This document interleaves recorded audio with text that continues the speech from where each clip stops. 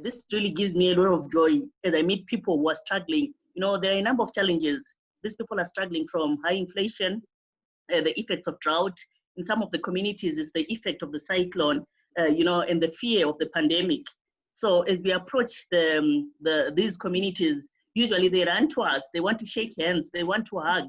But of course, we are quick to tell them these days it's not the usual. So we stop them, and that's how we start the awareness raising on COVID-19. We tell them how it's transmitted, how we should maintain our social distance, how we should wash our hands often.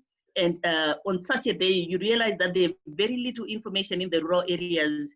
Our people in the rural areas, they have very limited access to televisions. They have very limited access to radios. They also don't have the smartphones, so they don't have that information that's on social media. So we take that opportunity to tell them all the facts, all the guidelines about COVID-19. On such a day, we usually, as a team, we usually visit 2 to 3 communities. And I remember this day when we went to the communities, the other community that we met was a community that usually lives from selling their garden produce. And on this particular day, they were sharing that they were no longer accessing the market. There was no transport because of lockdown for them to take their produce to the market. And this really makes my heart bleeds, thinking of how much we have invested in those groups, how their lives have changed as they had increased household income, and how everything has just been eroded away because of the effects of COVID-19.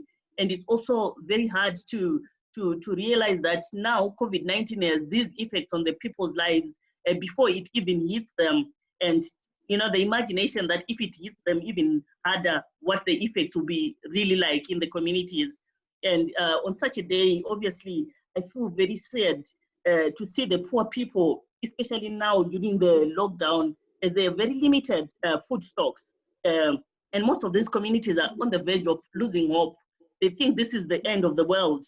And this is the time when they really need a lot of psychosocial support from the church and other gatherings, which are banned at the moment. The community looks very hopeless. But when they see us, because usually we come to them to assist them, it gives them a lot of hope. It puts these smiles on their face. And that really helps us as a team, as MeDRA team, to feel much, much better.